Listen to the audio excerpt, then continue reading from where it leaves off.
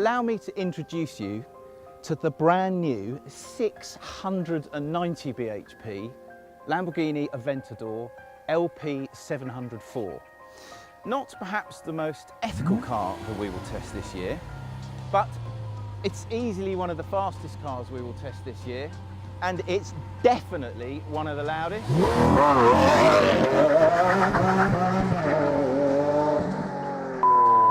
Now, Lamborghini, as we all know, doesn't do anything by halves, which is why just about everything that moves in the Aventador is new, inside and out.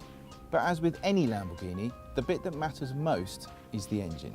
And in the Aventador's case, that means an all-new 6.5 litre V12 that produces enough power to illuminate Blackpool and enough torque to impress Australia. This being a Lamborghini, there are all sorts of controversial elements to it, but probably the biggest, styling-wise, are these instruments. I am completely split on them actually, because on the one hand they're really, really clear to read, but on the other hand they look a bit sort of naff, I think. See what you think. Look, so you've got the speedometer up there, it's all in digital. If I press the stalk, it then becomes a rev counter. Don't know, jury's out on that. But you don't come on the launch of a Lamborghini to look at or moan about its instruments. Instead, you come to do things like this.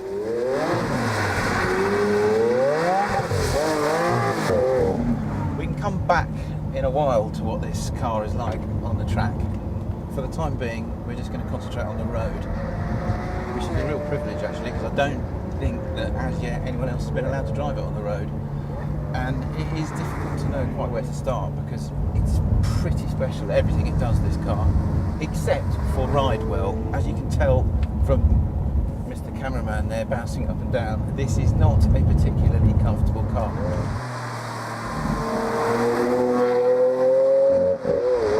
The flip side to that, of course, is that you get absolutely pinprick sharp handling and steering and braking. Everything this thing does dynamically, in terms of going quickly, it does just brilliantly.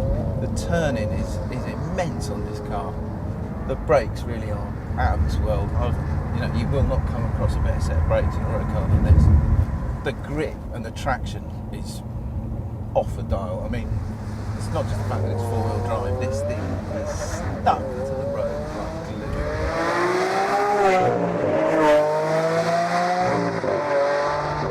Ultimately though, when you drive this car, there is one defining aspect of it, and it's not the steering, no matter how good that is, it's not the ride, it's not the handling, it's not the gear change, it's the engine.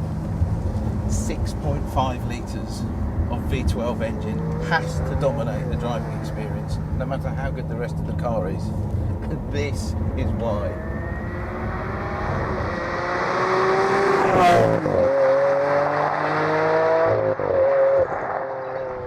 Okay, on the track, what is the Aventador like? Well, unfortunately this track is completely soaked, but I tell you what, it is very, very composed, this car.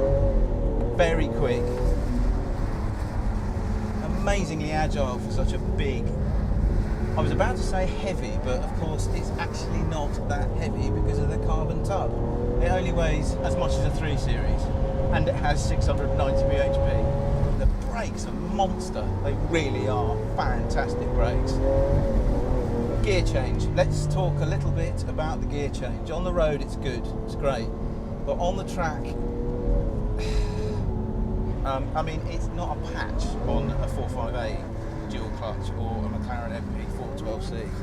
Not a patch in terms of gear change speed, gear change smoothness. It's not a strong point, but what is the motor. Flipping heck, this is a fast car. I like it, I love it, I love it.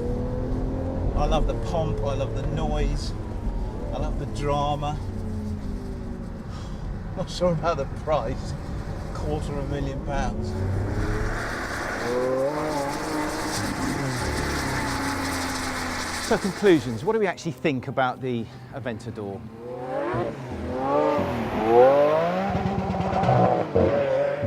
not a lot I can add to that really. It's fantastic.